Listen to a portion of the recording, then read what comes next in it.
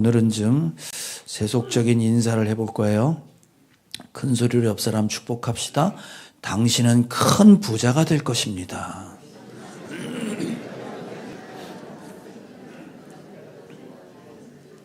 지금까지 인사한 중에 제일 기뻐하네 그냥. 만약에 주님이 여러분에게 한 가지 소원을 들어준다면, 무엇이든지 한 가지 소원을 들어준다면 뭘 구하시겠어요? 1번,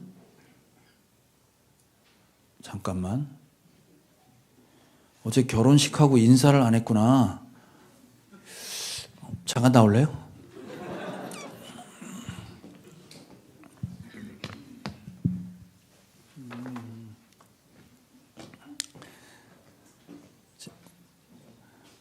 앞에 보고 서요. 네. 앞을 보고. 두 사람이 어저께 결혼한 게 사실입니다. 제가 주례를 썼습니다. 둘이 너무 이쁘고 아름답죠? 예, 결혼해서 둘이 선서한 성경책하고 혼인서약서하고 하나 되는 초 선물로 드립니다. 예배하고 신혼여행 갈 텐데 축하한다고 박수 한번 쳐드릴까요? 예. 들어가세요. 예. 1번, 이 남녀처럼 가장 아름다운 모습으로 불로장생한다. 한 가지 소원 중에 1번, 불로장생한다. 제일 예쁜 모습으로. 2번, 제한 없는 카드를 무제한 쓰는 거. 2번. 3번, 천국행 티켓. 자, 1, 2, 3번 중에 지금 3번이라고 얘기하시는 분 가슴에 손을 얹고 잘 생각해 보시고 진짜 한 가지 소원을 들어준다면 몇 번 선택하시겠어요? 물론 여러분 속으로는 가장 예쁜 모습으로 불로장생하며 카드 쓰는 곳이 천국이라고 생각하겠지. 제가 이 얘기 왜 드리냐면, 지난주에 설교에서 남자분들 1,000만 원 주면 뭐 했을 겁니까? 물어봤었잖아요. 그 후기가 저한테 들어왔어요. 어떻게 들어왔냐면 1,000만 원이 작다 그러는 거예요. 거기다 공을 하나 더 붙이든가 2개를 더 붙여달라는 거야. 이런 짐승들 진짜. 지금 우리의 욕심이 그런데, 오늘 이제 본문을 보면 이제 세 번째 봉인을 떼니까 검은 말 탄 자가 저울을 들고 있는 모습이 나와요. 이 저울을 들고 있는 모습은 언제 때 얘기냐면, 혹시 옛날에 우리 저울 이렇게 긴 막대기에 줄 매달고 여기 접시 있고 여기 추 달린 저울 보셨어요? 네, 보신 분들은 옛날 분들인 거예요. 네, 지금은 다 전자저울 쓰는데 옛날엔 그런 저울로 달아서 물건 팔았거든요. 그때 배고플 때요, 잘 살 때예요? 네, 배고플 때. 실제 배고플 때도 그런 저울을 달아 썼는데, 성경에 보면 배고플 때 저울을 단다는 말이 이게 이제 그 상징적으로 표현되는 구절이 있습니다. 자, 레위기 한번 볼까요? 레위기 26장 시작. 내가 먹거리를 끊어버리면 10 여인이 너희가 먹을 빵을 한 화덕에서 구울 것이며 그 여인들은 빵을 저울에 달아 너희에게 줄 것이다. 그러면 너희는 먹기는 먹어도 여전히 배가 고플 것이다. 그러니까 화구 하나에 10명이 요리한다 이 말이에요. 그리고 그걸 먹는 것도 저울에 달아주니 먹어도 배부를 만큼 먹지 못한다 이 말이죠. 어떤 분이 훈련원에 들어갔대요. 갔더니 그 훈련소에서 밥을 안 주더라는 거예요. 그래서 너무 배고파서 밤중에 도망 나왔대, 훈련원에서. 그래서 뭘 사 먹으려고 돌아다니는데 중간 편의점이 하나도 없더라는 거예요. 그래서 굶어 죽겠다 싶어서 다음날 전화기를 빌렸대나 훔쳤대나 그래갖고 전화를 했대, 가족한테. 나 좀 살려달라고, 배고파 죽겠다고. 그래서 다음날 가족이 와서 구출했대요. 거기가 어디냐면 단식원이에요.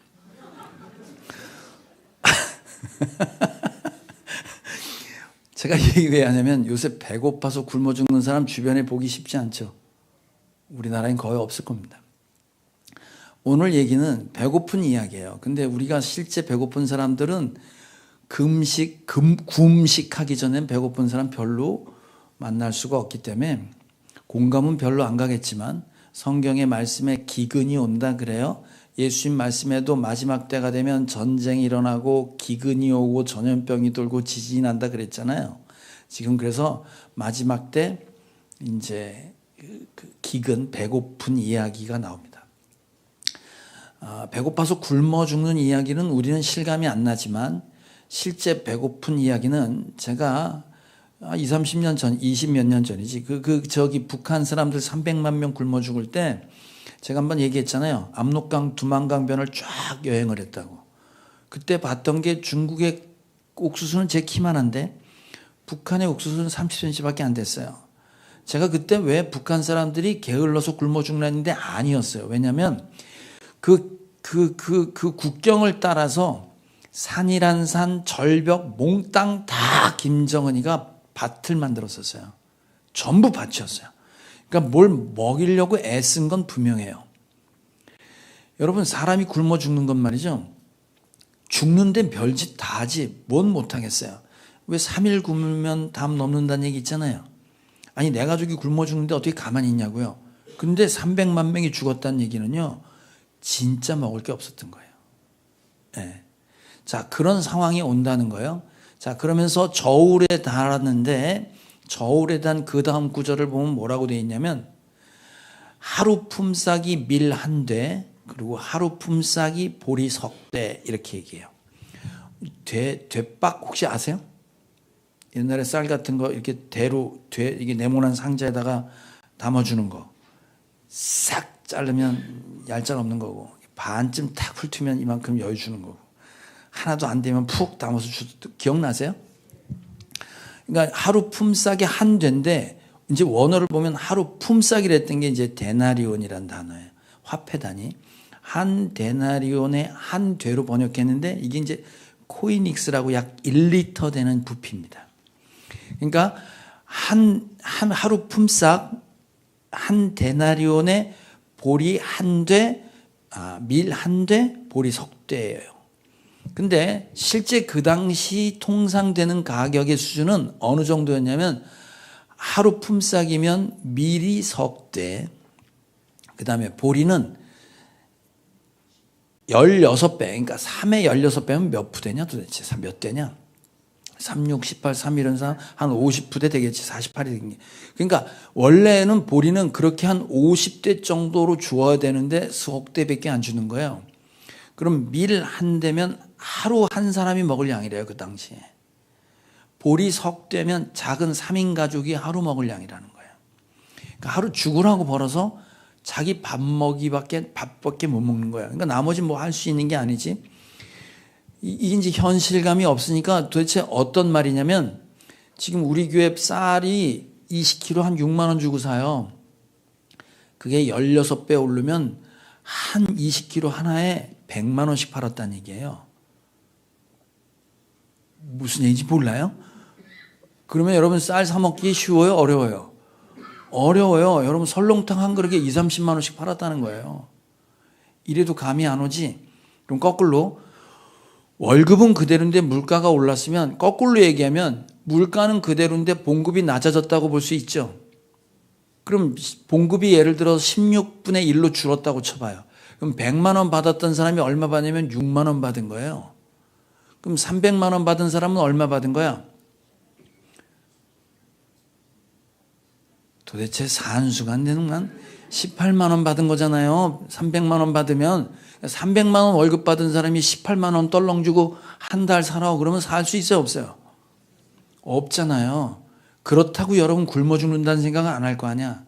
그래도 집에 좀 돈이 있으니까 그거 팔아먹으면 되겠지 했지만, 가난한 사람은 저금한 돈도 없어. 그렇게 되면 실제 먹을 게 없기 때문에 굶어 죽는 기근이 온다 이 말이에요. 마지막 때가 되면 그렇다라고 얘기하고 있는 거예요, 지금.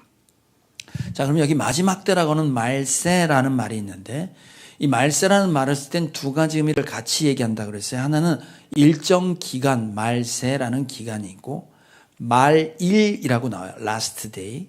그러니까 예수님이 재림하는 그날, 모든 세상의 심판으로 끝나는 그날은 말일이라고 그래요. 말세는 말일이 오기까지의 일정 기간이에요. 그럼 언제부터 말세냐라고 말할 때 구약에 보면 에녹이라는 사람이 있어요. 에녹 누구요? 에녹은 죽음을 경험하지 않고 하나님이 데려갔어요. 어이구 이쁜 놈 하고 그냥 데려갔어요. 그럼 에녹을 왜 데려갔냐면 에녹이 결혼을 했는데 하나님이 예언을 하셨어요. 에녹한테 뭐라고 했냐면 네가 아들을 낳을 것이다. 그런데 그 아들이 죽으면 이 세상이 끝날 것이다 그랬어요. 그러니까 에녹은 내가 애를 낳는데 그 아들 이름이 뭐냐면 무두셀라. 뭐요? 무두셀라라는 아들을 낳아요. 근데 네 아들이 죽으면 세상이 끝난다고 그랬어요. 그러면 에녹이 말세라는 건 애를 낳고 나서부터 불안에 떨까? 애 낳기 전일까? 아직 애가 안 나왔으면 언제 죽는다는 것도 의미가 없으니까 별로 쫄 일이 없잖아요. 근데 애가 떨렁 나왔네? 무두셀라가? 그럼 얘가 오늘 죽을지 내일 죽을지 모르는 거네요. 그럼 이날부터 쫄리는 거 아니야? 언제까지? 죽는 날까지. 무두셀라가 죽는 그날 노아 홍수 심판이 있었습니다. 그러니까 말세라는 건 언제냐면 무두셀라가 태어나면서부터 시작해서 죽을 때까지 언제 죽을지 모르니까 에녹은 어떻게 사는 거야? 오늘이 마지막인 것처럼 사는 거예요. 그래서 하나님이 이쁜 놈하고 데려갔다는 거 아니에요? 자, 그러니까 말세라는 건 예수님이 십자가에 죽으신 그 사건 이후부터 다시 오는 그 날까지를 말세인데 언제 올지 모르는 거예요. 그걸 지금 말세라고 그래요. 말세가 되면 이런 심판이 올 거다 이거예요. 재앙이 배고픈 거. 그러면 배고파서 다 굶어 죽냐? 그게 아니고 밀 한 대 보리 석 대라도 준다는 거 아니에요 지금. 그죠? 그리고 그 뒤에 오늘 6절을 보면 뭐라고 되어 있냐면 올리브 기름과 포도주는 건드리지 마라 그랬어요. 자, 그러니까 구약에 있던 이스라엘 사람들은 떡과 포도주, 떡이 사실은 밀로 만든 빵이잖아요. 빵과 포도주, 우리말로 바꾸면 빵은 밥이고 포도주는 국이에요. 예? 자, 그러면 여러분 포도주하고 올리브유는 비교적 그래도 있는 사람이 먹었을까? 진짜 가난한 사람이 먹었을까요? 있는 사람이 먹었겠지. 그러니까 배고프면 국물도 없고 그냥 밥만 먹을 때 있잖아요. 저는 국물이 있어야지 밥을 먹어요. 있는 놈이라. 근데 배고프고 돈이 없으면 국물 없어도 밥은 먹어야 될 거 아니에요. 그죠? 근데 이제 지금 성경은 뭐라고 했냐면 포도주하고 올리브유는 그냥 놔둬라 이 말이에요. 그러니까 굶어 죽되 다 죽지는 않는다 이 말이잖아요. 그죠? 자, 그래서 사실은 이 당시 어떤 도미티안 황제 때 계시록이 이렇게 퍼져나갈 때 기근이 있었단 말이에요. 그때 기근이 있었을 때 밭에서 나오질 않으니까 포도밭과 올리브밭의 반을 다 해치우고 거기다가 밀을 심어라 이랬단 말이에요. 근데 포도주 장사하고 올리브유 장사들이 이걸 반을 걷어내면 자기 돈벌이가 안 되니까 황제한테 덤벼가지고 그걸 철회했대요. 그래서 다시 그냥 올리브하고 포도주는 건들지 않았다. 이런 배경이 있다고도 말하는데 어쨌든 두 가지 의미를 갖고 있는 거예요. 하나는 뭐냐면 기근의 때가 온다는 말이 확실한 거고, 두 번째는 뭐냐면 그래도 있는 놈은 먹고 살 게 있다는 거 없다는 거야. 있다는 거예요. 이걸 유식한 말로 부익부 빈익빈이라고 그래. 있는 놈은 더 갖고 없는 놈은 없어서 죽게 되는 일이 벌어졌다 이 말이에요. 지금 마지막 재앙 때 나오는 얘기가 바로 그 얘기인 거예요 지금. 예? 그래도 있는 사람은 어떻게 하든지 이게 끌어모아서 먹으려고 하는데 아예 없는 사람은 답이 없으니까 죽게 돼 있다는 말이지. 자, 이런 현상이 마지막 재앙 때 있게 된다 이 말입니다. 여러분 지금 우리나라뿐만 아니라 전 세계의 부익부 빈익빈의 현상은 점점 커져갑니다. 이해하세요? 우리나라 올해 작년 2023년도 국민 1인당 국민소득이 3만 5천 불 가까이 됐어요. 3만 4,600불인가 그래요. 그럼 1년 동안 우리나라 국민이 전체 벌어들인 돈을 인구수로 나누잖아요. 그럼 1인당 1년에 얼마를 벌었냐면 3만 4천 불이면 한 4,600만 원 돼요. 따져보니까. 여러분 한 사람 한 사람이 4,600만 원씩 벌었다는 거예요. 1년에. 그러면 네 가족이면 얼마가 돼야 되는 거야? 4,600만 원, 5천만 원 가까이 되면 5, 4, 22억이잖아요. 이것도 어려워? 그러면 네 명 있는 가족이 2억씩 벌었어, 못 벌었어? 여긴 다 벌었나 봐. 가만히 있네. 그러면 1인당 그만큼씩 벌었는데 그 나머지 4인 가족이 2억씩 벌어야 되는데 4인 가족이 우리 5천만 원밖에 못 벌잖아요. 그럼 나머지 1억 5천 누가 가져갔어? 확실한 건 제가 안 가져갔어요. 저한테 뭐라고 하지 마세요. 그게 어느 놈한테는 간 거예요. 그죠? 있는 놈한테 다 간 거예요. 그래서 이 세상에 5%의 사람이 90%의 부를 가지고 있대요. 있는 사람이 더 갖고 없는 사람은 없어서 아예 죽는, 생명을 끊어버리는 일이 벌어지고 있다 이 말이지. 자, 그래서 오늘은 뭘 얘기를 하고 싶은 거냐면 이 부익부 빈익빈의 이런 시장 경제라고 말하는 이 세상의 시장한테 맡겨놓으면 시장에서 돌아가는 부의 흐름에 따라 있는 사람은 더 갖고 없는 사람은 아무것도 없는 지금 이런 시스템과 이런 세상은 성경적인 세상이냐 이 말이에요. 아니다 이 말이에요. 성경은 그렇게 얘기하잖아요. 제가 지금 무슨 공산이나 사회주의 얘기하는 게 아니고 성경은 뭐라고 얘기하냐면 오늘 간증하셨잖아요. 간증하신 분은 어려서 지가 배가 고프고 싶어서 배고팠어? 자기가 알바하고 싶어서 알바했나? 그 어린애가 무슨 죄가 있는 거야? 이 세상이 죄악된 세상에 노출되어 있기 때문에 그런 극심한 관항과 어려움 속에 속한 사람이 생겨요, 안 생겨요? 생기잖아요. 그럼 그런 사람들은 지 팔자다 그냥 그리고 굶어 죽어라. 성경은 그렇게 얘기하냐면 그렇게 얘기하지 않아요. 처음 하나님이 하나님의 나라를 만드시고 가나안 땅을 주셨을 때 땅을 분배했습니다. 그 땅은 농사 지을 수 있는 땅이에요. 그러니까 농사를 짓는다는 건 먹고 살 수 있는 수입의 근본이 되는 땅에 대한 문제인데 성경은 땅을 한 개인이 소유하지 못하도록 해놨습니다. 땅은 하나님 거라 그랬어요. 자, 그럼 그 땅을 어떻게 관리하냐? 자, 레위기 25장. 땅 얘기예요. 이 땅에서 다 먹고 살아야 되니까 땅을 다 분배했단 말이야. 가문마다, 집마다 다. 자, 이 땅 시작. 땅을 아주 팔지는 못한다. 땅은 나의 것이다. 하나님 것이다. 너희는 다만 나그네이며 나에게 와서 사는 임시 거주자일 뿐이다. 너희는 유산으로 받은 땅 어디에서나 땅 무르는 것을 허락한, 팔았다가 다시 언제든지 받을 수 있단 말이야. 시작. 내 친척 가운데 누가 가난하여 그가 가진 유산으로 받은 땅에 얼마를 팔면 가까운 친척이 그 땅 판 것을 물을 수 있게 하여야 한다. 그것을 물을 친척이 없으면 형편이 좋아져서 판 것을 되돌려 살 힘이 생길 때까지 기다려야 한다. 판 땅을 되돌려 살 때에는 그 땅을 산 사람이 그 땅을 이용한 횟수를 계산하여 거기에 해당되는 값을 빼고 그 나머지를 산 사람에게 치르면 된다. 그렇게 하고 나면 땅을 판 그 사람이 자기가 유산으로 받은 그 땅을 다시 차지한다. 그러나 그가 그 땅을 되돌려 살 힘이 없을 때에는 그 땅은 산 사람이 희년이 될 때까지 소유한다. 희년이 되면 땅은 본래 임자에게 되돌아간다. 땅을 판 사람은 그때 가서야 유산 곧 분배받은 그 땅을 다시 차지할 수 있다. 땅을 아예 내 소유로 만들 수 없다. 그러니까 남의 땅을. 그 땅은 그 가문이 그 사람들이 먹고 살 수 있는 땅이니까 형편 좋아지면 되돌려줘야 된다 이 말이야. 근데 다시 땅을 살 능력이 없으면 희년은 50년이에요. 50년 지나면 무조건 돌려줘야 된다. 내가 탕감해서. 그래서 다시 시작하게 만들었다 이 말이에요. 이게 성경이 지금 가난한 사람, 보통 사람들이 살아가는 땅에 대한 우리 소득에 대한 의미 부여를 이렇게 했어요.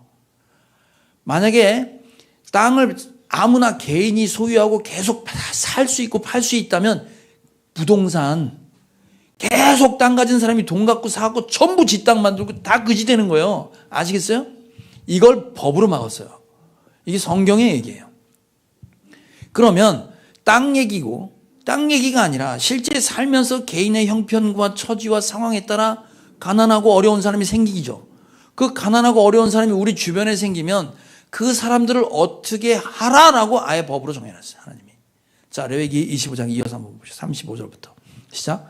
너희 동족 가운데 아주 가난해서 도저히 자기 힘만으로는 살아갈 수 없는 사람이 너희 곁에 살면 너희는 그를 돌보아 주어야 한다. 너희는 그를 나그네나 임시 거주자처럼 너희와 함께 살도록 하여야 한다. 그에게서는 이자를 받아도 안 되고 어떤 이익을 남기려고 해서도 안 된다. 너희가 하나님 두려운 줄 안다면 너희 동족을 너희 곁에 데리고 함께 살아야 한다. 너희는 그런 사람에게 이자를 받을 목적으로 돈을 구워주거나 이익을 볼 셈으로 먹거리를 구워주어서는 안 된다. 나는 너희 하나님이 되려고 너희에게 가나안 땅을 주고 너희를 이집트 땅에서 이끌어낸 주 너희의 하나님이다. 너희 곁에 사는 동족 가운데서 누군가가 가난하게 되어 너에게 종으로 팔려왔어도 너희는 그를 종부리듯해서는 안 된다. 너희는 그를 품꾼이나 임시 거주자처럼 너희 곁에서 살도록 하여야 한다. 너희는 희년이 될 때까지만 그에게 일을 시키다가 희년이 되면 그가 자식들과 함께 너희를 떠나 자기 가족이 있는 조상에게 받은 유산의 땅으로 돌아가도록 해야 한다. 이해가시죠? 종으로 팔려왔어도 그를 종부리듯 하지 말고 희년 50년이 지나면 무조건 다시 돌려보내라 이 말이에요. 다 시작할 수 있도록. 이게 가난한 자, 땅에 대한 성경적 의미입니다. 지금 여러분 왜 사채 쓰는 사람 있잖아요.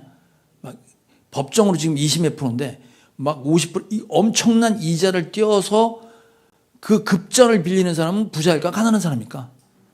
가난한 사람이에요. 그러니까 지금 보세요.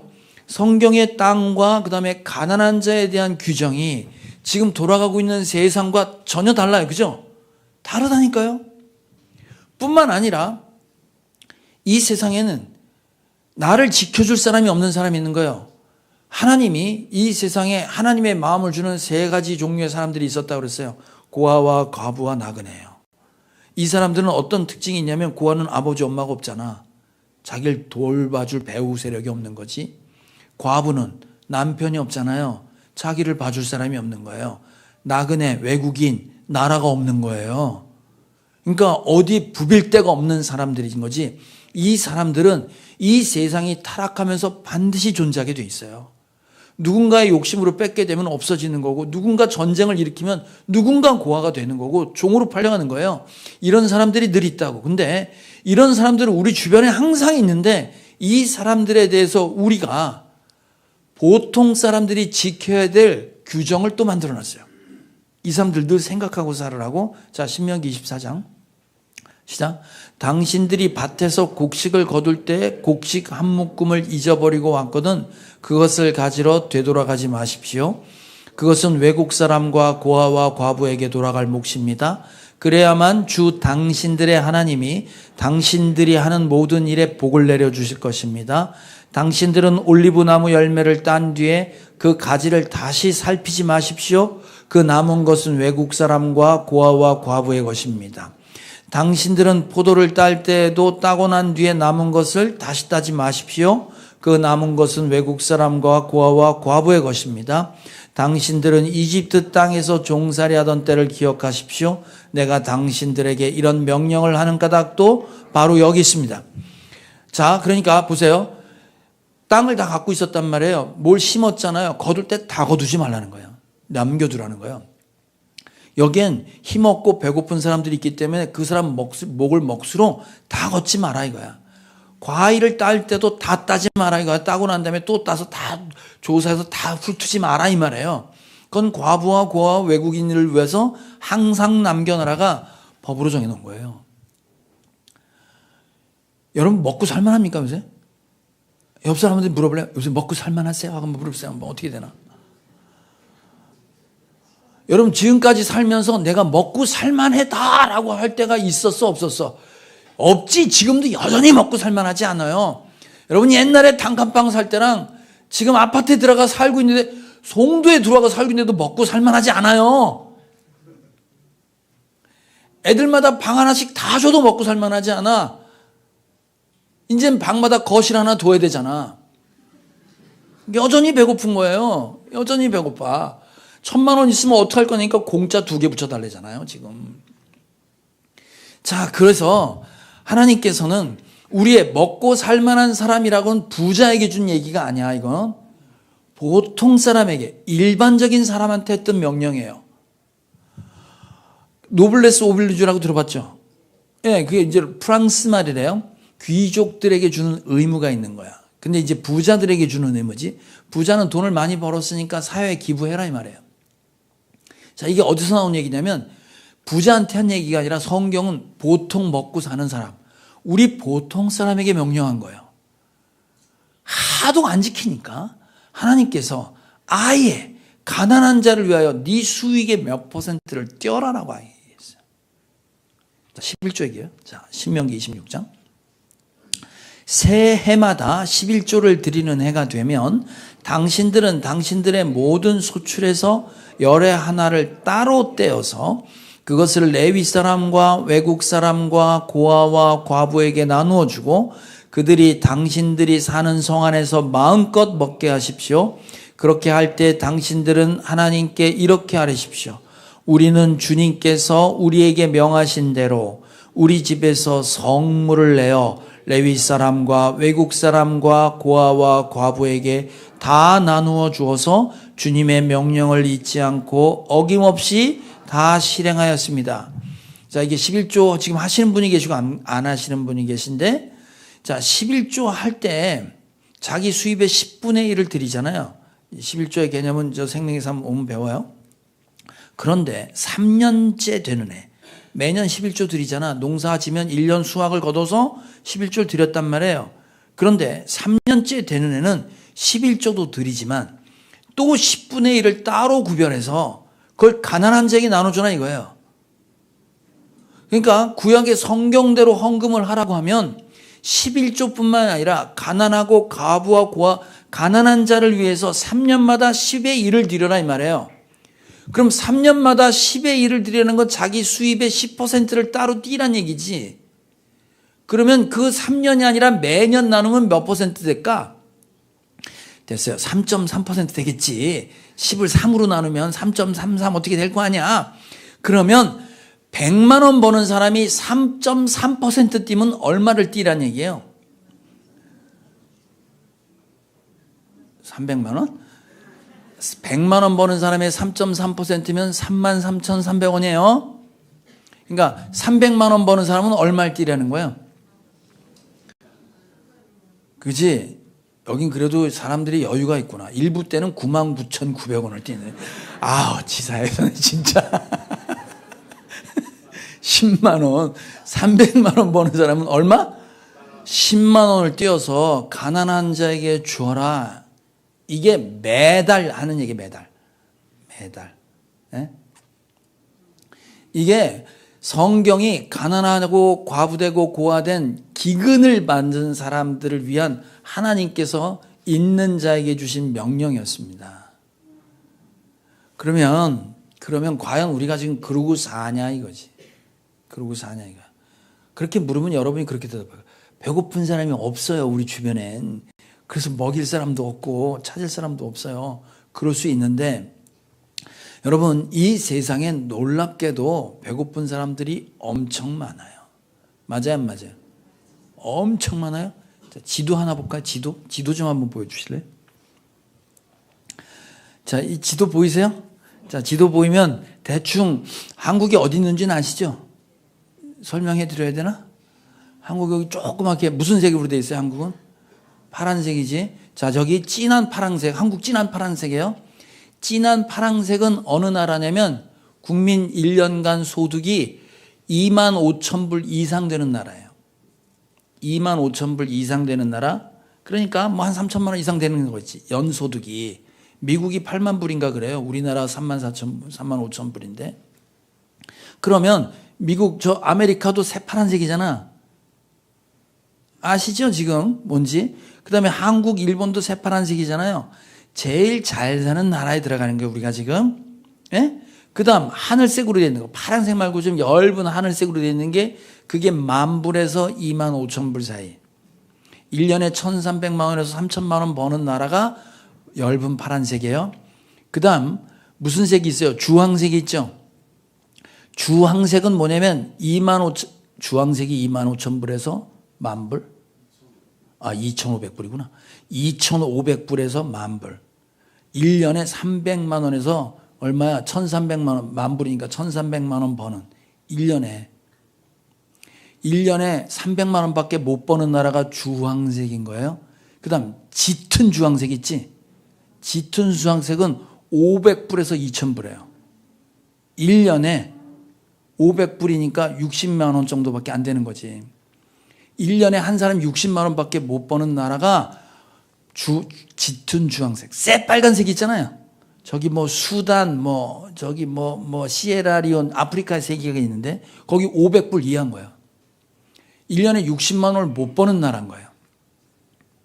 그러면 저 동남아시아에 좀 짙은 주황색으로 있는 나라 있잖아요. 보여요? 우리가 다음 주에 캄보디아 가는데 캄보디아 무슨 색이야?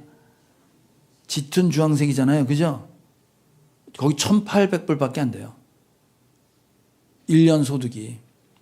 그 옆에 어디야?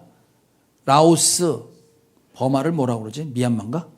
네, 미얀마. 그 다음에 그 옆에 네팔, 아무튼 그런 나라들. 위에 키르기즈스탄, 타직스탄. 아프리카는 저기 수단을 중심으로 그 옆에 소말리아, 케냐, 우간다, 르완다, 거기 전부 다 짙은 빨간색이야. 이게 짙은 주황색. 전부 못 사는 나라예요. 여러분, 1년에 100만 원이 안 되는 수입. 그래서 지금 극빈자라고 지정하는 게 극빈자 하루에 2,000원. 2,000원이면 하루에 6만 원밖에 안 되는 거 한 달에. 예? 그러니까 한 달에 6만 원이 안 되는 사람으로 살아가는 사람이 전 세계 인구의 10%인 거야. 7억 5천 명이 지금 7억 5천만 명이 하루에 2,000원 갖고 산다는 거지. 여러분 하루에 2,000원 주고 나가 살아 그래봐. 어디가 살 거야? 굶는 거예요. 그런 사람들이 세상에 많은데 지금 어떤 일이 벌어지냐면 여러분 명품이 재고로 남으면 세일합니까 안 합니까? 명품을 사봤어야 알지. 세일 안 해요. 갖다 버려요. 왜 갖다 버리는지 알죠? 그 가격 유지하려고. 세일해서 돌아다니면 값어치 떨어지니까 갖다 버린다니까? 그럼 여러분 곡물도 마찬가지예요. 밀이 많이 남잖아요. 바다에 버린다는 거예요. 그거 다 나눠주면 안 굶어 죽는데 나눠주면 밀값 떨어진다는 거야. 여러분 세상이 이렇게 돌아가고 있어요. 그래서 성경에 보면 경륜이라고 하는 어려운 말이 있습니다. 경륜. 하나님의 계획과 뜻인데 자 에베소서 1장 9절 한번 읽어볼게요. 시작. 그 뜻의 비밀을 우리에게 알리신 것이요 그의 기뻐하심을 따라 그리스도 안에서 때가 찬 경륜을 위하여 예정하신 것이니 하나님께서 선택한 사람들을 때가 찬 경륜에 하나님의 계획과 뜻에 맞춰서 예정하셨다. 그래서 사람을 택하여 불렀단 말이 거기 나와요. 경륜이란 말의 원어가 뭐냐면 오이코노미아. 뭐라고요? 오이코노미아. 이 오이코노미아는 청직이란 말인데 관리하다, 행정하다 이런 뜻이에요. 경영하다.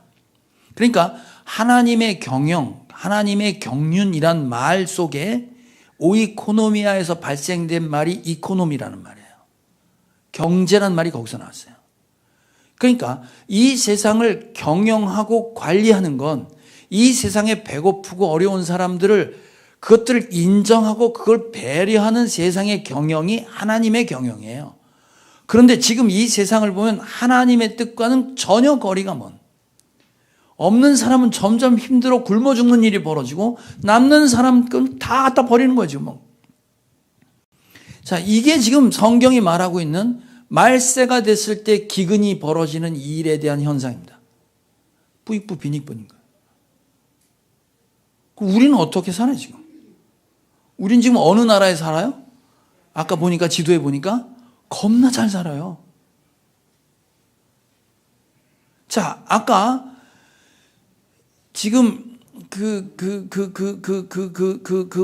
11조 얘기할 때, 헌금 얘기할 때 여러분은 어려운 이웃을 위해서 실제 내가 그 사람들한테 먹을 걸 주지 못하지만 내가 그것을 헌금하여 실제 구제하거나 어려운 사람을 도와줄 수 있죠. 자, 그럼 어려운 사람을 도와준다고 할 때 이게 풍요 속의 기근이란 말 아시죠?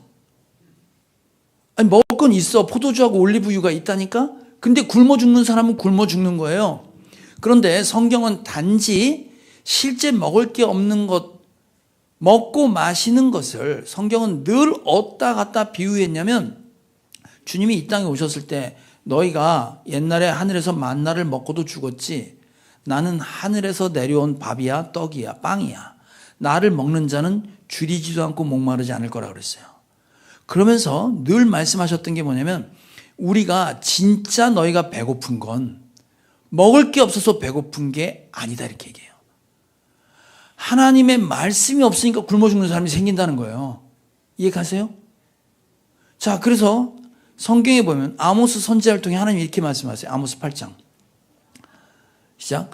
나 주 하나님이 하는 말이다. 그날에는 내가 대낮에 해가 지게 하고 한낮에 땅을 캄캄하게 하겠다. 그날이 온다. 나 주 하나님이 하는 말이다. 내가 이 땅에 기근을 보내겠다. 사람들이 배고파하겠지만 그것은 밥이 없어서 겪는 배고픔이 아니다. 사람들이 목말라 하겠지만 그것은 물이 없어서 겪는 목마름이 아니다. 주의 말씀을 듣지 못하여서 사람들이 굶주리고 목말라 할 것이다. 무슨 말씀인지 아시겠어요? 하나님의 말씀을 모르고 하나님의 말씀이 들려지진 않으니까 배고픈 사람이 생긴다는 거예요. 즉 그 배고픔은 빵으로 채울 게 아니라 하나님의 말씀으로 채워야 된다 이 말이지. 여러분, 홍수 가운데 마실 물 없단 말 들어봤어요? 못 들어봤어요? 처음 들어보세요? 세상에?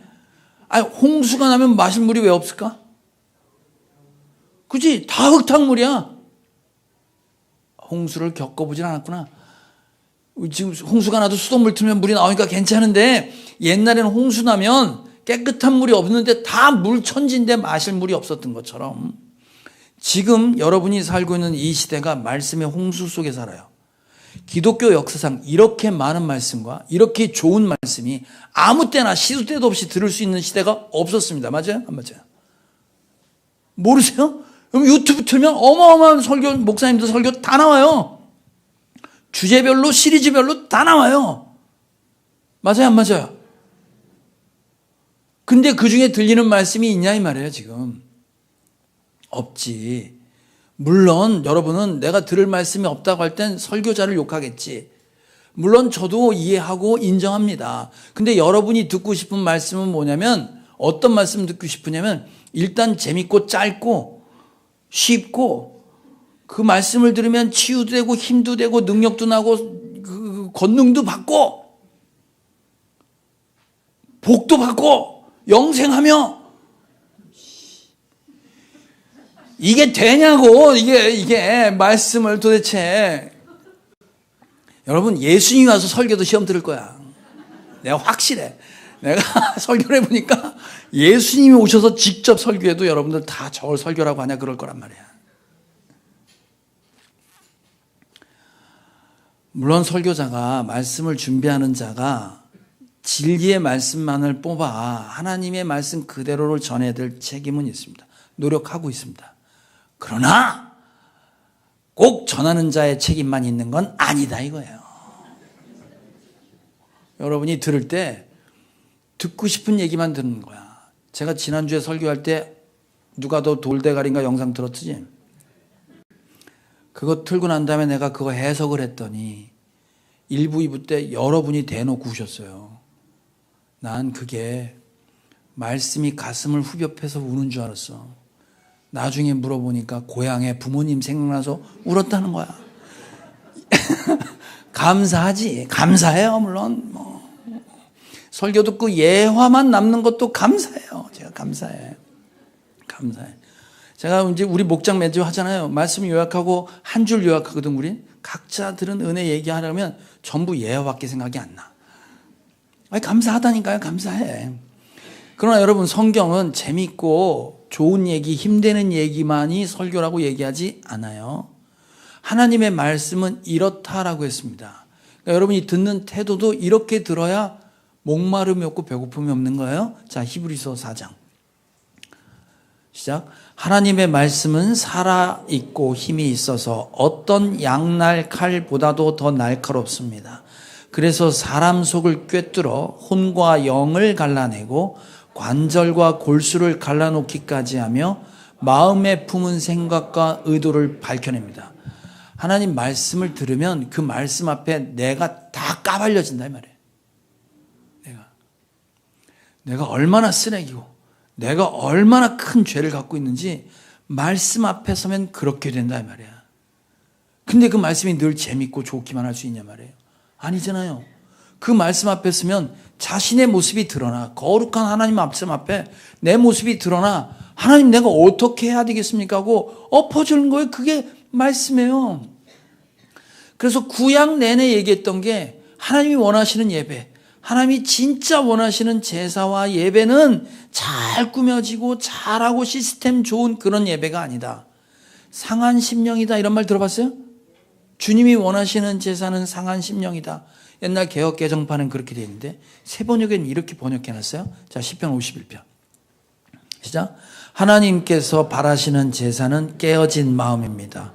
오 하나님, 상처난 가슴과 죄를 뉘우쳐 주님께 고백하는 마음을 주는 경멸하지 않으실 것입니다.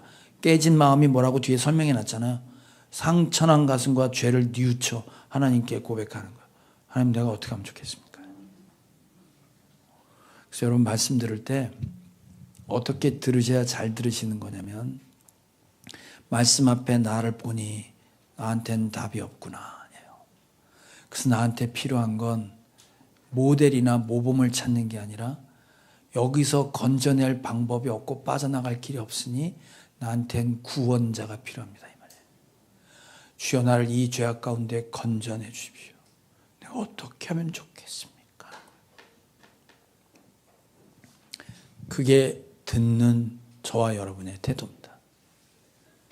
그래야 우리한테 배고픔이 없어요. 그래서 성경은 균형 잡힌 영성, 참으로 하나님이 기뻐하시는 거룩함이란 이런 거다라고 야고보를 통해 얘기했는데, 야고보 말씀 중에 하나님 말씀을 듣고도 행하지 않는 자는 속이는 자입니다. 그거 아세요 혹시? 그 말씀 들어보셨죠? 거울을 보고 얼굴에 뭐가 묻었는데 말씀을 보니까 난 뭐가 묻었네? 그리고 안 묻었다고 그냥 돌아다니는 거지. 분명히 여기서 회개했는데 나가서 그대로 사는 거야? 자신을 속이는 삶. 그 말씀 이어서 붙여진 말씀의 경건이란 말이 나와요. 자, 야고보 1장 23절을 읽어봅시다. 시작. 말씀을 듣고도 행하지 않는 사람은 있는 그대로의 자기 얼굴을 거울 속으로 들여다보기만 하는 사람과 같습니다. 하나님 아버지께서 보시기에 깨끗하고 흠이 없는 경건은 고난을 겪고 있는 고아들과 과부들을 돌보아 주며 자기를 지켜서 새 속에 물들지 않게 하는 것입니다. 자기를 지키는 건 말씀을 듣고 행하는 거야. 그래서 세상 풍조에 따라가지 않는 것 플러스 가난한 고아들과 과부들을 실제 돌보는 일입니다. 말로만 하는 게 아니라 돌보는 일이에요. 돌보는 일. 자, 우리 생명의 삶 들어오면 배우는데 헌금에 대한 얘기를 배울 때 구제헌금이라고 있어요. 교회가 어려워졌어요. 예루살렘 교회가 어려워져서 바울이 헌금을 합니다. 교회들한테. 헌금을 하고 예루살렘 교회 가난한 교인들을 도우러 가요. 그때 해주었던 말씀이 있습니다. 우리의 헌금과 물질은 이런 거야 라고. 자, 고린도후서 한번 봅시다. 결론이에요. 시작. 요점은 이러합니다. 적게 심는 사람은 적게 거두고 많이 심는 사람은 많이 거둡니다. 각자 마음에 정한 대로 해야 하고 아까워하면서 내거나 마지 못해서 하는 일은 없어야 합니다. 하나님께서는 기쁜 마음으로 내는 사람을 사랑하십니다. 하나님께서는 여러분에게 온갖 은혜가 넘치게 하실 수 있습니다. 그러하므로 여러분은 모든 일에 언제나 쓸 것을 넉넉하게 가지게 되어서 온갖 선한 일을 얼마든지 할 수 있습니다. 자, 심고 거두는 얘기하는 거예요. 적게 심으면 적게 거두겠죠. 많이 심으면 많이 거둔다고 지금 성경은 얘기하고 있어요. 그러니까 심는다고 얘기하는데 그 심는 걸 뭐라고 하냐면 헌금을 하되, 그 헌금은 어떻게 되면 내 마음에 정한 대로 하라는 거예요. 시키는 대로 하는 게 아니고 교회가 정한 대로 하는 게 아니라 내가 정하라는 거예요. 근데 어떻게? 기쁨으로 드릴 수 있는 마음에 기쁨이 있는 것까지 정하라는 거예요. 내가 10만 원 헌금하는 건 기뻐. 근데 100만 원 헌금하면 불편해. 하지 말라고요. 안 받으신다는 거예요. 그러니까 여러분이 남 눈치 봐서 5만 원 헌금할 걸 10만 원 했어. 그럼 하나님 받으세요? 안 받으세요? 안 받는다는 거예요. 근데 누구는 받는다고? 교회는 받아요. 어떻게 알아 내가 그걸 여러분이 어떻게 했는지 알게 뭐야. 그 배달 사고 아니에요? 교회는 받아. 근데 봐봐요. 내가 기쁜 마음으로 내는 그거를 심으면 하나님이 넉넉하게, 심으면 수확할 거 아니야. 넉넉하게 주신다는 거야. 넉넉하게 주는 이유가 있어요. 아까 마지막 절에 온갖 선한 일을 할 수 있도록. 더 선한 일을 많이 하도록 하나님 더 부어주신다 이 말이에요.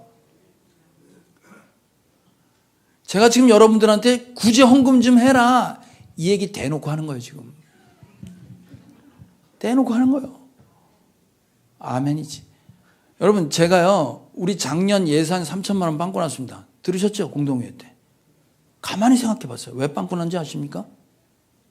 덜 심어서 그래요. 덜 심었어요. 성경대로 가면 3%예요. 구제연금이 3%, 10%에 3%면 100%로 한 사람은 30%가 되는 거예요. 우리 작년에 선교와 구제연금으로 20% 썼어요. 20% 쓴다고. 그럼 10% 더 해야 되는 거예요. 그럼 8천만 원 더 심었어야 되는 거예요. 더 심었어야 되는 거예요. 심을 돈이 없기 때문에 우리가 헌금할 수 없다가 어려운 사람 도와줄 수 없다가 아니라 더 심으라 이 말이에요. 심으면 하나님이 더 넉넉하게 주신다는 거예요. 자, 여러분 제가 신학을 할 때 말입니다. 제가 신학을 할 때 학비를 제 돈으로 낸 적이 한 번도 없습니다. 제 돈으로 낸 적이 없어요. 그럼 누가 줬을까요? 그지? 하나님이 줬다고 하면 이 동네는 하나님 하면 아멘 하는데 이 동네는 무슨 말이야? 하나님은 하늘에서 돈 던졌나? 이렇게 생각할 거 아니야. 그지? 하나님은 어떻게 주셨을까요? 그지? 누군가를 통해 내 손에 주어졌어요. 그걸 우린 뭐라 그래요? 하나님이 하셨다 그러지. 그러면 여기 지금 우리가 쓰라고 했던 물질은 가난하고 어려운 사람들 손에 주어주라는 거잖아요. 그러면 내가 그 사람 손에 주어주는 건 사람 통해서 일하시니까 내가 전하든 교회가 전하든 구제팀이 전하든 누군가의 손에 전달이 되면 그건 하나님이 주신 거가 되잖아요. 그 힘들고 지친 사람들한테 누군가 나한테 위로가 되고 날 세워줄 거 아니에요? 저와 여러분 마지막 기근을 통해 우리에게 주시는 말씀이 있습니다. 우리 주변에 가난하고 어려운 사람, 여러분 우리나라에 기초생활수급자라고 아세요? 우리나라 중위 수입의 30%가 안 되는 수입을 갖고 있는 사람들. 1인 가구 200만 원 잡혀 있더라고요. 3인 가구, 2인 가구 300만 원, 3인 가구 400만 원에 30%. 200만 원에 30%니까 혼자 사는데 60만 원 수입이 없는 사람들. 둘이 사는데 300만 원에 60%니까 얼마 되는 거야? 3, 3, 9, 100만 원이 안 되는 수입을 갖고 사는 사람들이 우리나라에 245만 명입니다. 인천에 몇 명인 줄 아세요? 제가 적어봤어. 인천에 16만 7천 명 있고요. 연수구에만 12,500명 있습니다. 물론 굶어 죽진 않아요. 그런데 입장 바꿔놓고 생각해 보십시오. 한 달 60만 원 갖고 산다고 생각해 보세요. 어렵다니까요. 그런 사람들이 여러분 주변에 찾으면 있고 여러분 주변에 없으면 아까 지도 봤잖아요. 배고픈 나라 엄청 많습니다. 어떻게 쓸 줄 몰라요. 그럼 저 이번에 캄보디아 가거든요. 할렐루야. 저 주세요. 제가 갖다 캄보디아 선교사님 드릴게요. 거기 한 사람이 1,800불밖에 안 돼요. 1년 내내 버는 게 우리나라 35,000불인데 여러분, 여러분의 신앙생활 가운데 오늘 기근을 통해 해주시는 말씀이 있습니다.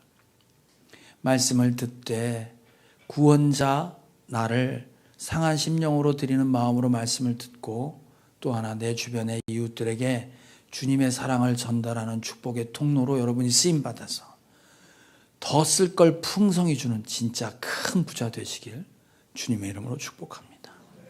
찬양합시다. 찬양할 때 이 찬양 가사가 어떻게 되어 있냐면 내 영혼이 지치고 피곤할 때 주님이 내 곁에 오십시오. 근데 어떻게 올까요? 말씀으로 누군가의 손에 들려있는 작은 관심과 정성으로 내게 오신다고 그랬어요. 찬양합시다.